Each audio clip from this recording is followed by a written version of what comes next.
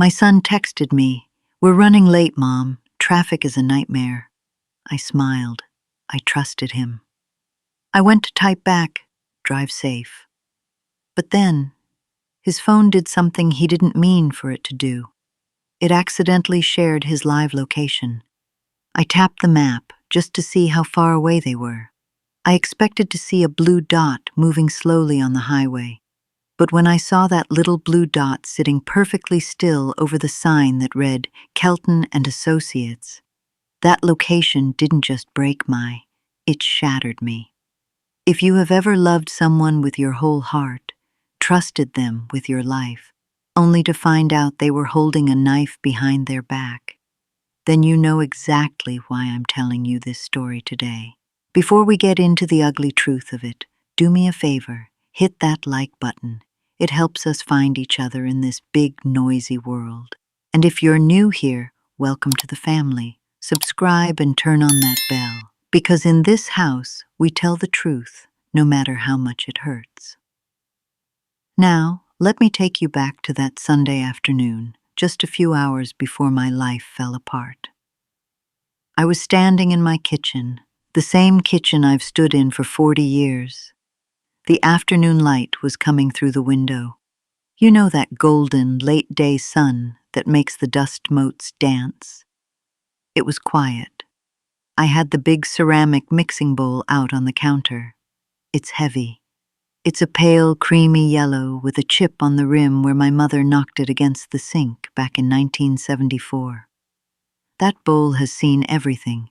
It held the batter for my wedding cake. It held the dough for Adam's first birthday smash cake. It's held tears and laughter and more Sunday roast marinades than I can count. I was making Yorkshire puddings, Adam's favorite. You know how it is when you're a mother of a grown son. You spend all week in a quiet house. The farm is big, too big for one woman really, and the silence can get loud.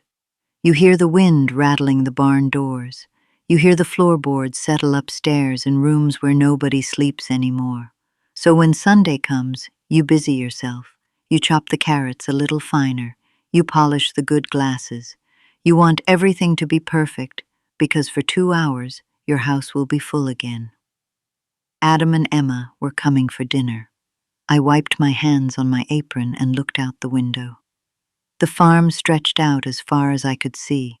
The swaying grass, the old oak tree by the creek, the fence line that my father dug with his own 2 hands. This land isn't just dirt and grass to me, it's my blood. My parents bought this place when it was nothing but rocks and weeds. They broke their backs to make it a home. I raised Adam here. Every scraped knee, every heartbreak, every triumph of his life happened on this soil. And now, at 62, it was my security, my nest egg, the one thing I knew would always be there. I looked at the clock on the stove, 5:15 p.m. They were 15 minutes late. I wasn't worried. Not yet. Adam has always been, Adam, he's a good boy. He has a soft heart. He's the kind of man who will stop to help a turtle cross the road. But he's never been good with time, and he's never been good with conflict. If he's late, he usually feels terrible about it. He'll walk in the door, his shoulders hunched up, giving me that little boy grin, saying, "I'm sorry, Mom, I lost track." And I always forgive him. How can I not? He's my son. But then there's Emma, my daughter-in-law. Now I want to be fair. I tried very hard to love Emma like my own. She's sharp. She's pretty in a very organized, polished sort of way. She works in finance or marketing, something with spreadsheets and targets. She didn't grow up with dirt under her fingernails like we did. To Emma, a house is an asset. A field is acreage. A home is equity. She looks at my chipped yellow mixing bowl and sees junk. I look at it and see history. That's always been the difference between us. I remember thinking as I whisked the eggs, I hope they aren't fighting. Adam had been looking tired lately, worn down. He runs a small logistics business, trucking and shipping, and I knew things had been tight. He never told me the details because he thinks he needs to protect me. He still sees me as his fragile old mother who needs to be shielded from the hard numbers of the world. But a mother knows. I'd seen the dark circles under his eyes. I'd noticed that he was driving his old truck instead of the new sedan. I'd noticed that Emma was shorter with him, her voice always having that tight, clipped edge, like a rubber band about to snap. "Adam, we need to be practical," I'd hear her whisper when they thought I was out of the room, and Adam would just sigh. "I know, Em, I know." I sighed, setting the whisk down in the bowl. The heavy thud of the utensil against the ceramic echoed in the kitchen. I checked my phone. Nothing. I went back to the stove. I turned the heat down on the roast. I didn't want it to dry out. 30 minutes late. Now the annoyance started to creep in, just a little. You know that feeling? You've cooked a hot meal. You've set the table. You've been waiting all week, and they can't even call?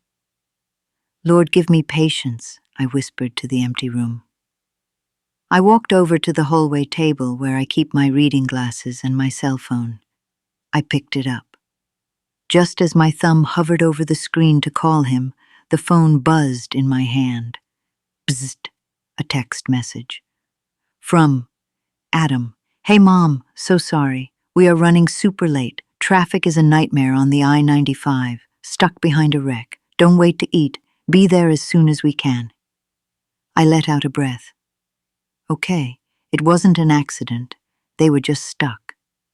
I shook my head, a small smile touching my lips. Typical, I thought, always running behind. I started to type back. My fingers are a little slow on the glass screen, but I know how to text. "Drive safe," I typed. "Food is warm." I hit send, and that's when I saw it. Right below his text message, there was a little gray bubble. It said, "Location shared." He must have bumped it, or maybe Emma was navigating and accidentally hit the button to share his status with me instead of his estimated arrival time. I chuckled softly. "Technology," I mumbled. I tapped the map. I just wanted to see where they were. I figured if they were on I-95, I could see how far back the traffic was. Maybe I'd turn the oven off completely if they were still an hour away. The map app opened. The screen went white, then loaded the grid. I saw the little blue dot that represented me, sitting right here on the farm, and then I scanned the screen for Adam's icon, his little picture. I scrolled over to the highway. It was empty. No blue dot. I frowned. That's odd, I thought. The service must be bad. I zoomed out, and then I saw him. Adam's blue dot wasn't on the highway. It wasn't on the back roads. It wasn't stuck in traffic. The dot was sitting perfectly still. It was in town, about 20 minutes away. I squinted, adjusting my glasses. Why would they be in town if they were stuck in traffic on the interstate? The interstate is in the opposite direction. Maybe they stopped for gas. Maybe they stopped to pick up a bottle of wine. But why lie about it? I used 2 fingers to zoom in. The map blurred for a second, then sharpened. The blue dot was parked on Elm Street. My heart gave a strange, singular thump in my chest. Elm Street is the business district. On a Sunday evening, everything there is closed. The banks are closed. The post office is closed. I zoomed in closer. The dot was hovering directly over a gray square building on the corner of Elm and 4th. The label on the map popped up in small black letters. Kelton and Associates. Real Estate and Family Law. I froze. The silence in the kitchen suddenly felt very heavy. The smell of the roast beef, which had been so comforting a moment ago, suddenly made my stomach turn. Mr. Kelton. I knew Mr. Kelton. He was the man who handled the deeds for the county. He was the man you went to when you were buying land, or selling it. But it was Sunday. Why was Adam at a lawyer's office on a Sunday evening? And why did he tell me he was stuck in traffic? I stared at the phone. My hand started to shake, just a little tremor at first. No, I whispered. Don't be silly, Helen. There's a logical explanation. Maybe they were parked in front of the office, but going to the pharmacy next door. I zoomed in again. The pharmacy was down the block. The dot was inside the building. I set the phone down on the counter, right next to the mixing bowl. I felt cold, cold in a way that a sweater can't fix. Because suddenly, a memory flashed in my mind. A conversation from 6 months ago. A conversation I hadn't thought about, hadn't wanted to think about, until this exact second. The day I signed the papers. The day Emma sat at this very table, holding a cup of tea, smiling that sharp, bright smile, and said, Helen, it's just for safety. It's just a formality. I looked at the phone again. The blue dot hadn't moved. And I knew, deep in my gut, in the place where a mother senses danger before she sees it, I knew. They weren't running late. They weren't in traffic. They were finalizing something they didn't want me to know about. My hands were shaking so bad, I had to grab the edge of the counter to steady myself. And then the phone rang. I stood there in my kitchen, staring at that glowing screen until my eyes burned. Kelton and Associates. The name pulsed on the map like a warning light. You know, they say that when you're in an accident, time slows down. You see the glass shattering before it hits you. You hear the screech of the tires before the impact. That's what this felt like. The smell of the roast beef was heavy in the air, thick and savory, but I couldn't swallow. My throat had clicked shut. I looked at the mixing bowl again, the yellow ceramic. It looked different now. A moment ago, it was a symbol of my family dinner. Now, it looked like an artifact from a life that was about to end. Why lie? That was the question hammering inside my skull. Why lie? If they were handling some legal issue for the farm, maybe a dispute with a tenant or an insurance claim, why tell me they were stuck in traffic? Why text me a lie about the interstate when you are sitting in a leather chair in a law office 3 towns over? Unless you don't want me to know what you're doing. And that's when the trapdoor opened. You know how memory works? It doesn't ask for permission. It just drags you back. Suddenly the kitchen wasn't filled with the golden light of a Sunday afternoon. It was gray. It was winter. I was back in the moment where I made the biggest mistake of my life. It was 6 months ago. January. The wind was howling outside, stripping the last dead leaves off the oak trees. We were sitting at this same table. Me, Adam, and Emma. I remember Emma was wearing a sharp navy blazer. She always dressed like she was ready for a meeting, even on the farm.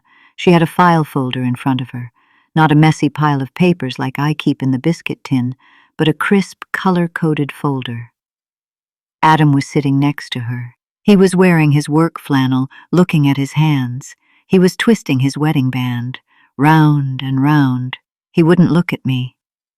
Helen, Emma had started, her voice smooth like warm honey. We've been looking at the numbers, and honestly, we're worried about you. I had laughed. Worried about me? I'm strong as a horse, Emma. Not your health, she said, reaching out to touch my hand. Her fingers were cool. Your stress. The farm is a lot of work. The leases for the back 40 acres.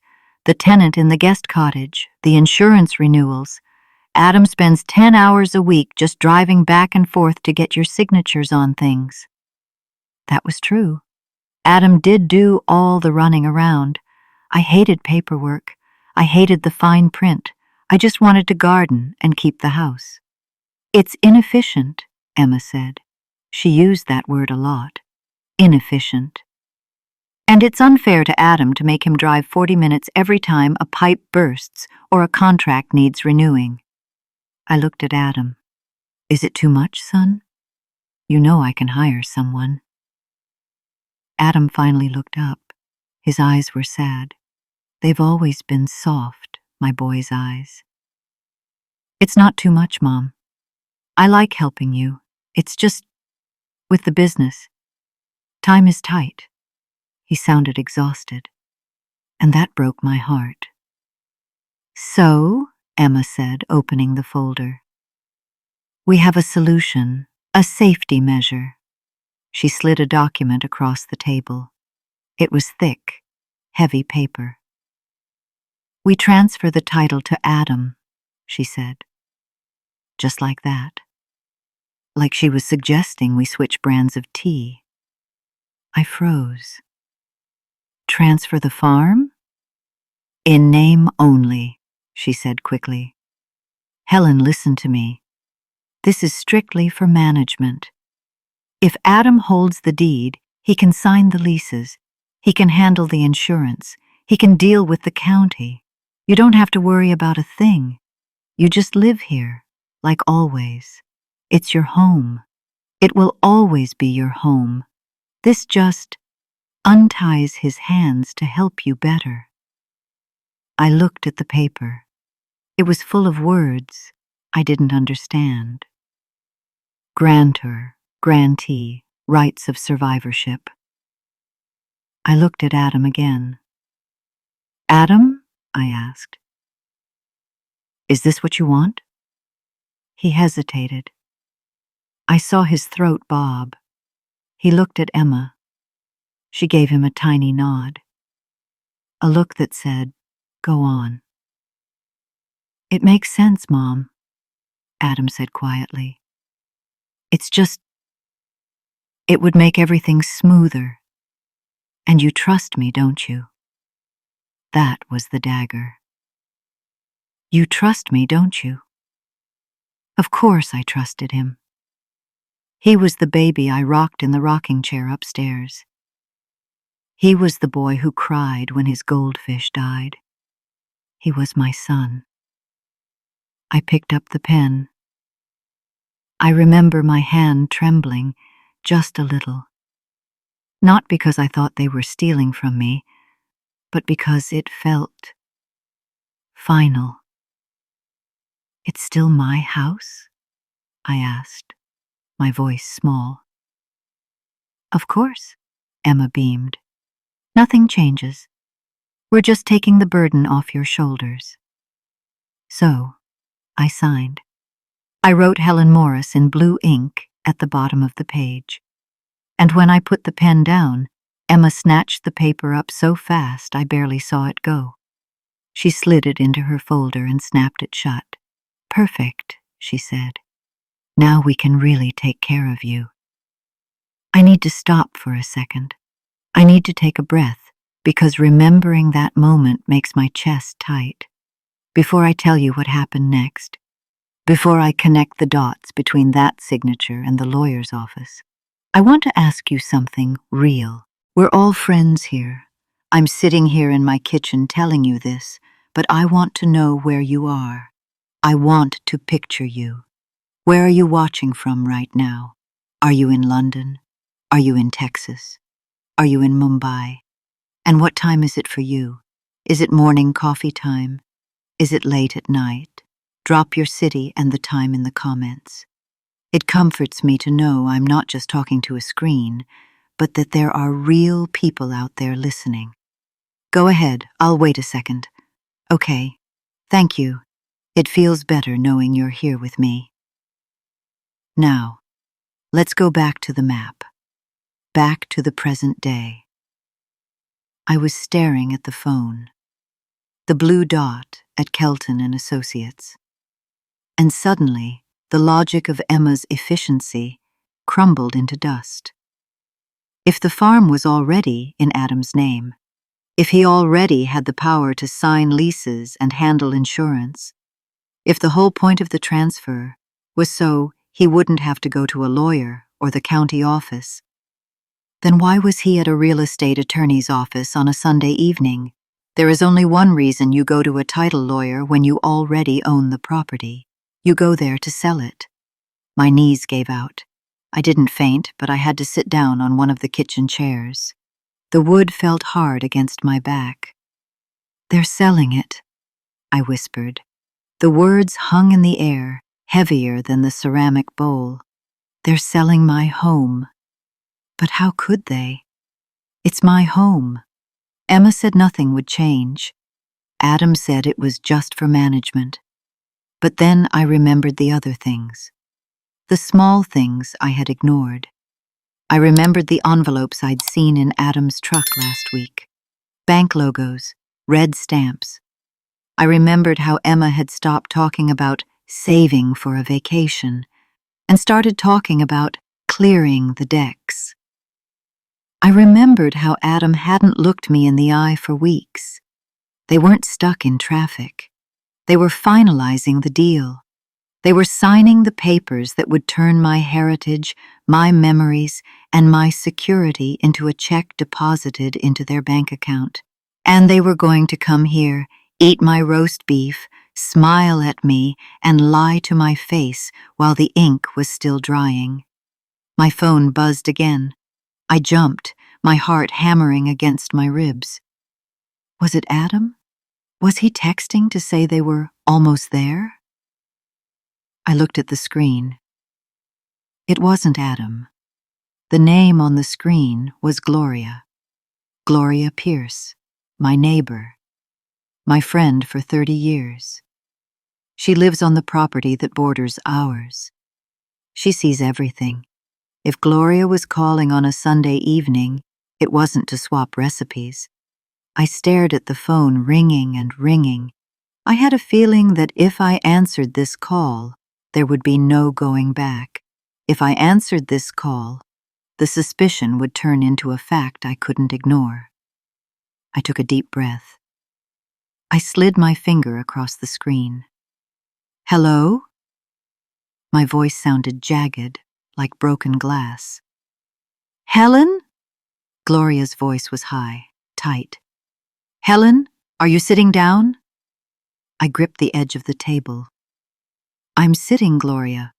What is it?" There was a pause on the line. A terrible, heavy pause. "Helen." I wasn't going to say anything. I thought you knew. But I just saw the surveyor's truck leaving the south pasture. And then I saw Adam's truck driving away from the house an hour ago with a man in a suit. She took a breath. "Helen. They didn't tell you, did they? Helen. They didn't tell you, did they?" That was the end of Gloria's tight little whisper. The world stopped spinning for me right then. It wasn't the surveyor's truck that froze me. It was the question. The accidental, horrified question of a friend who assumed I was in on my own life. I gripped the phone so hard the plastic creaked. "Tell me what, Gloria?" I asked. My voice was low. Not loud, but so steady it surprised me. The shock had turned into a cold, diamond-hard clarity. Gloria hesitated again. She knew she had stumbled onto something private, but she couldn't leave me hanging. "Well, sweetie, there's been a lot of talk lately. The man Adam was with an hour ago, he looked like a lawyer. And that surveyor. They were marking the lines right where the for sale signs usually go. I just assumed that since Adam had the deed now, you were ready to downsize. I thought you and Emma had talked about it." Downsize. A polite word for discarding my memories. I didn't need any more details from Gloria. She had confirmed everything the blue dot had told me, the lawyer, the surveyor, the secrecy. Adam wasn't just thinking about selling the farm. They were actively moving the pieces. "Thank you, Gloria," I said, my voice empty. "You're a good friend, Yes, Adam and I. We have been discussing things. I'll call you tomorrow. I hung up before she could ask another question. I knew she was worried, but I needed the quiet. I needed to focus. I was no longer a mother waiting for her son. I was a detective building a case against the two people I loved most in the world. I looked at the phone, then at the clock. They would be here in 10 minutes. 10 minutes until they walked through that door and sat down at the table, expecting my forgiveness and my Yorkshire puddings. I had to find the proof. If I confronted them without proof, Emma would deploy her sharp, quick logic, and Adam would crumple and lie to appease her. They would deny everything, and the entire confrontation would devolve into a messy, emotional breakdown. I didn't want messy. I wanted truth. I marched out of the kitchen and into the small study Adam used when he came up to handle the farm business. It was a small room, dusty. Adam was neat, but he was also lazy about filing. I went straight to the old oak desk. The ceramic mixing bowl was left behind on the counter, but the feeling of its weight was with me, the weight of 4 decades of memories I was about to defend. I opened the filing cabinet. They were Adam's files, all labeled professionally by Emma: leases, insurance, tax. I wasn't looking for leases. I was looking for desperation. I found a thin folder tucked behind the heavy tax binder. It was labeled simply K. I pulled it out. The folder was thin, too thin for a whole farm sale, but just enough for the crucial early steps. My hands, which had been steady on the phone, now shook fiercely as I opened the cover. Inside, there was a stack of emails, printed out and stapled together. The subject line was dated 3 weeks ago. Preliminary Sale Agreement, 3,400 River Road, 3,400 River Road. That was our address. My heart didn't break. It went cold. It simply stopped beating for a second. I scanned the email chain. It was between Emma, Adam, and Mr. Kelton. Emma had done the heavy lifting. Her emails were clipped, professional, and ruthless. She outlined Adam's failing business and their need to liquidate the asset before the first quarter ended. The price we agreed on is firm, Mr. Kelton. We need the liquid capital for reinvestment, and we need this done discreetly. Helen does not need to be involved in the details. Discreetly. I looked at my son's email address on the reply chain. He hadn't written much, just a couple of lines. I agree to the terms listed above. Please proceed. Adam. He agreed to the terms. He had let his wife write the script. He had let his need for money override his love for his mother. I found the last document, a single sheet of paper, printed on Kelton's official letterhead. It was a formal preliminary purchase and sale intent. The potential buyer was listed. The final asking price was listed. And there it was, at the bottom, in that rushed, messy scrawl I had known since he learned to write. Adam Morris's signature. He hadn't signed this for convenience. He had signed it to save his own skin. I dropped the folder on the desk. The dust flew up in a small, stale cloud. Adam's name. Adam's signature. I looked down at the paper that proved everything. That proved the traffic lie. That proved the friendly conversation 6 months ago was a manipulation. That proved the surveyor was real. The lie hadn't just been about the location on the map. The lie was the foundation of the last 6 months of my life. And suddenly, every word they said back then sounded different. Dangerously different. The betrayal was complete. It was no longer a matter of if I had been betrayed, but a matter of how I would tell them I knew. I picked up the documents and walked back toward the kitchen. I could hear the rumble of Adam's truck pulling into the driveway now. They were home. The confrontation was starting. I stood in the doorway, the damning papers held tightly in my hand. I could hear their laughter as they slammed the truck doors. They sounded happy, innocent, and I felt a silence in me so deep it was colder than any winter wind. I was ready. I could hear the crunch of the tires on the gravel driveway, the sound of the doors shutting. They were loud, normal, laughing about something trivial. The sound of their happy, innocent noise was like sandpaper on my nerves. They walked through the back door and into the kitchen. The kitchen, where the ceramic mixing bowl sat heavy and cold. "Mom, oh my gosh, I am so sorry." Adam rushed in first, shoulders hunched in that familiar apologetic posture.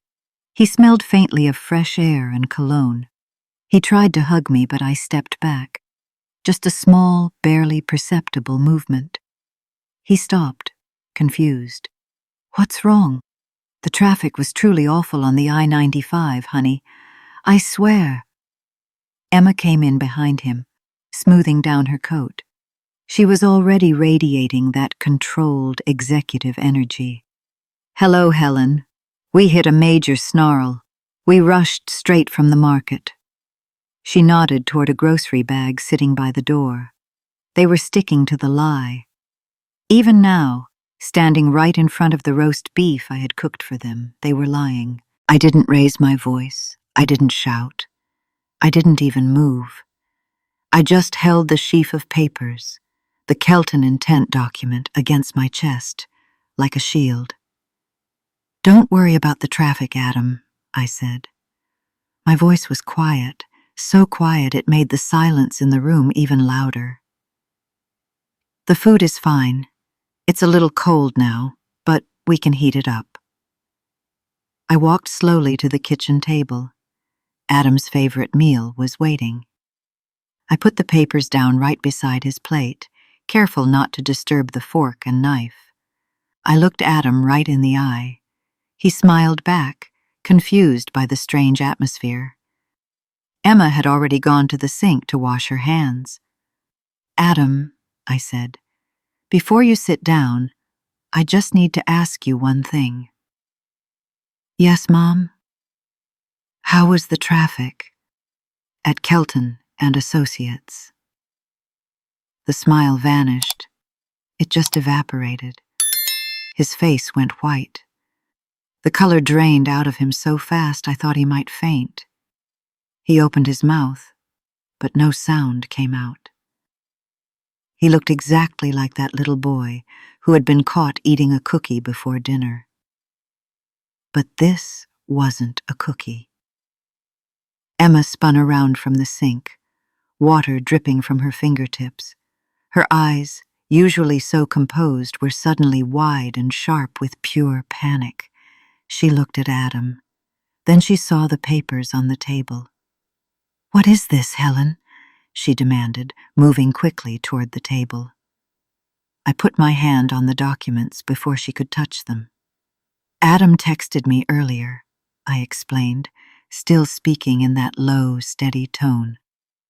I looked at my son, not my daughter-in-law. "He accidentally shared his location.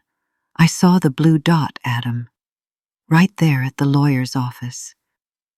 Adam's breath hitched. He looked at the floor, then at Emma, desperately seeking rescue.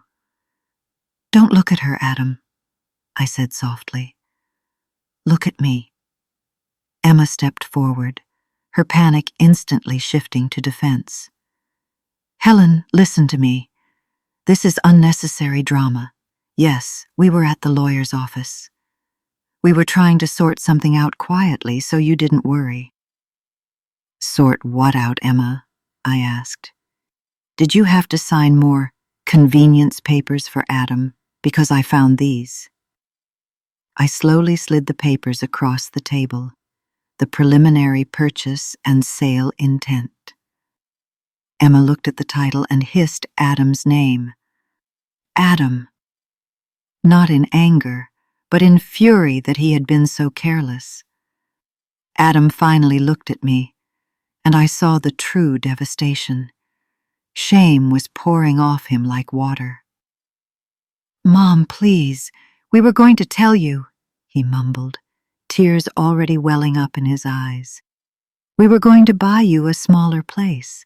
We were going to invest the rest. The business is failing. We're losing everything. We needed the capital." "This farm is not capital, Adam," I said, my voice finally cracking with pain. "This is your grandmother's house. This is where you learned to walk. This is where I signed over my security 6 months ago because you told me it was just to save you the drive." Emma cut in, standing tall. "This is reality, Helen. It's a 7-figure asset tied up in dirt. Adam handles the money now. He needs to save his business for his family. He's trying to be responsible." She was good. She always framed her selfishness as Adam's responsibility. "I want you to pause right here with me. Look at this scene. The sun is crumbling, realizing he ruined the one person who always stood by him. The wife is justifying the betrayal by calling it practicality. What would you do if you found yourself standing in your own kitchen holding the proof that your son was selling your life's home behind your back to save a failing business? Could you forgive him? Or would you stand firm? Tell me in the comments. Stay or run?" I waited for their frantic whispers to die down. I looked at Adam, the boy who was supposed to be my protector. "You didn't sell the farm, Adam, because you needed money," I stated. "You sold the farm because you were afraid of Emma, and you were too afraid of me to tell me the truth." Emma opened her mouth to argue, but I looked her down. "You manipulated him into giving you the deed, knowing full well what you were going to do with it," I told her. "You didn't see a home. You saw a number. You pretended to help him, but you just found his weakness and exploited it." She fell silent. My quiet truth was more powerful than her loud justifications. The final betrayal wasn't the signature I gave 6 months ago. It was the traffic lie today. I knew exactly what I needed to do next. The air in the kitchen was thick. The smell of the cold roast beef was overpowering. Adam was standing by the stove, his head bowed, quiet tears hitting the floor.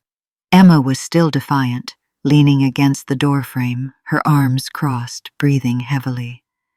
She was waiting for me to break.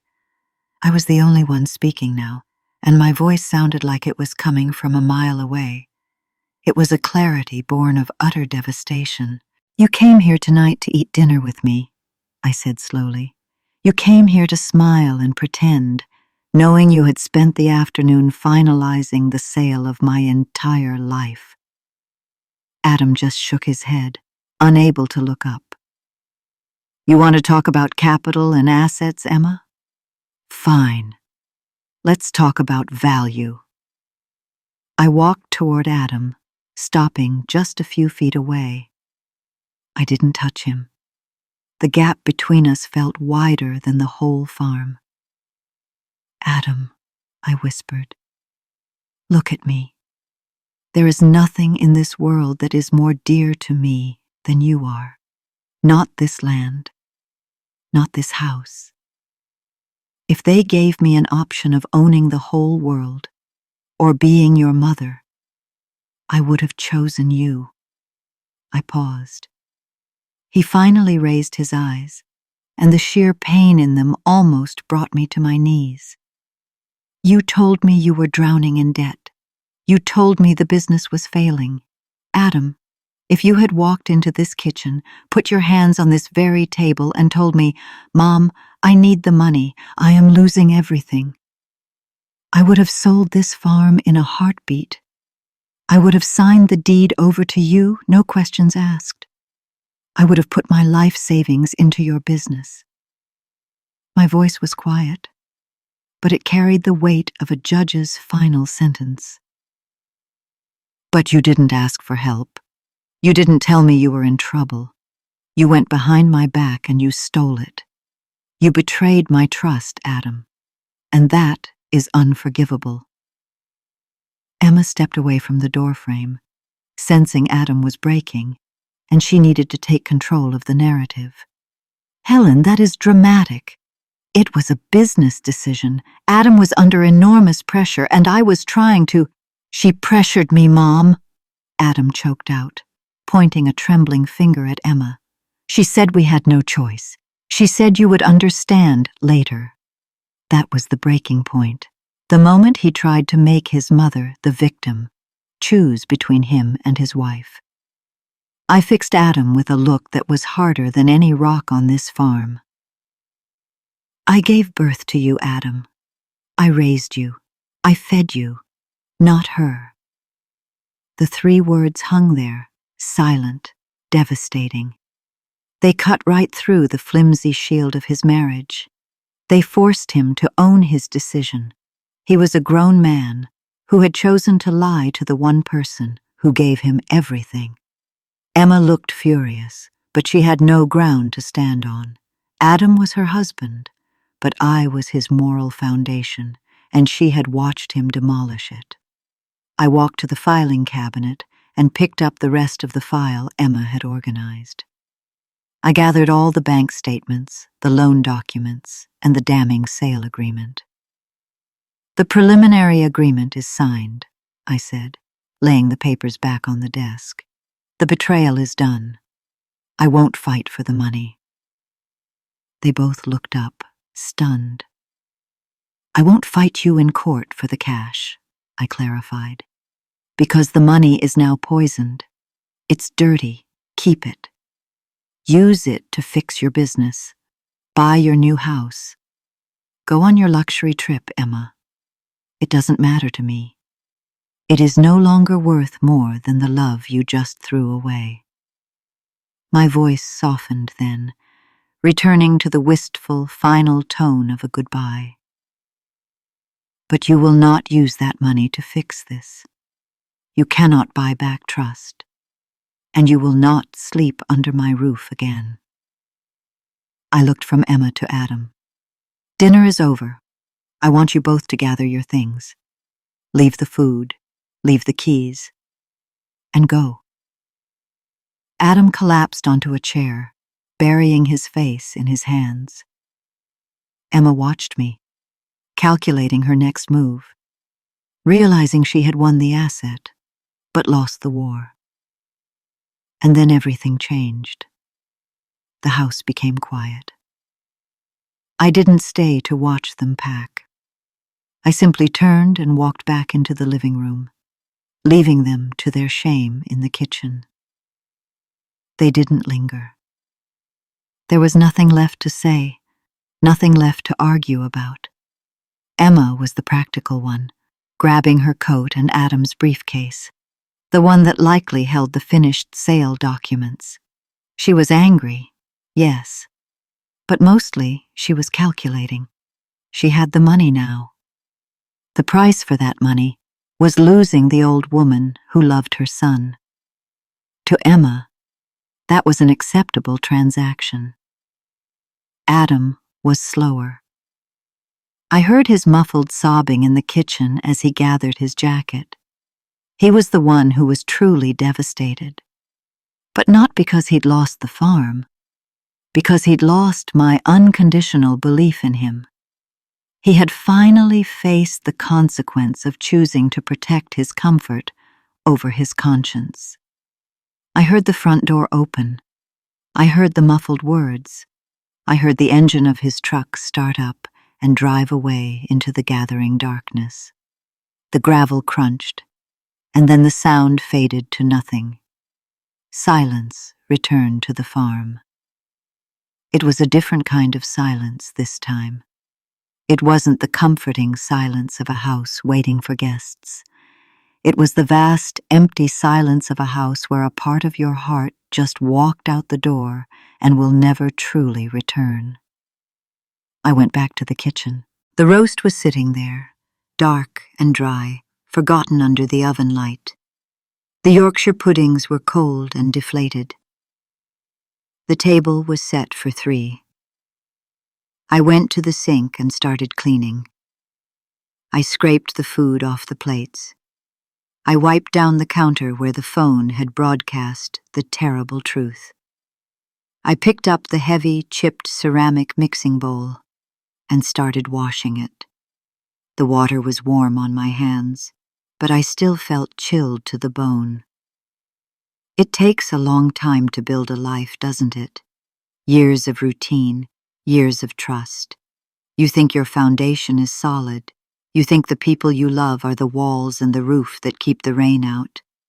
But all it takes is one small, selfish decision.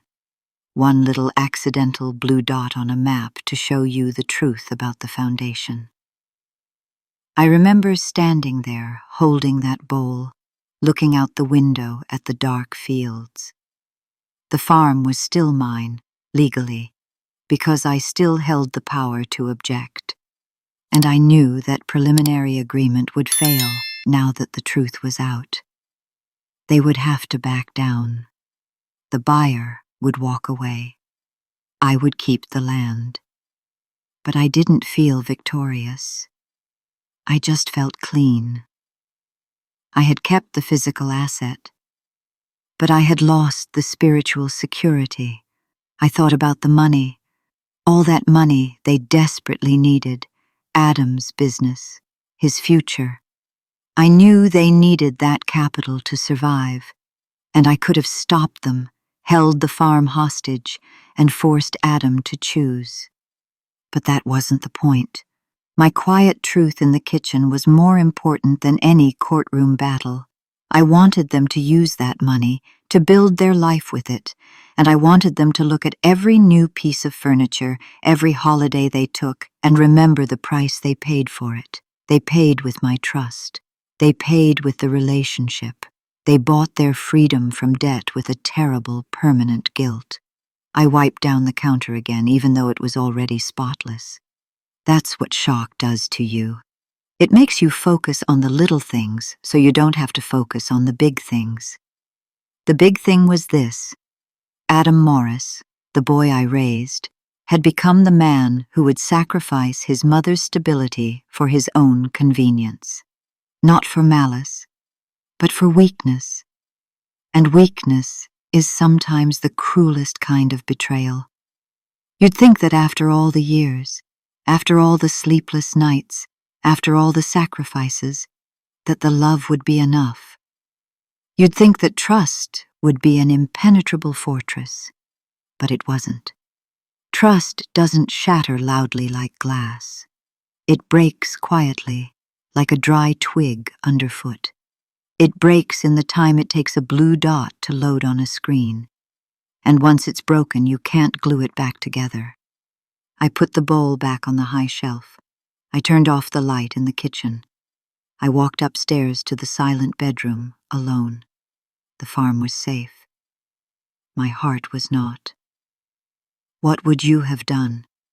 If your son had sold your house behind your back, would you have kept the money or would you have fought for the farm? Could you forgive them for choosing fear over truth?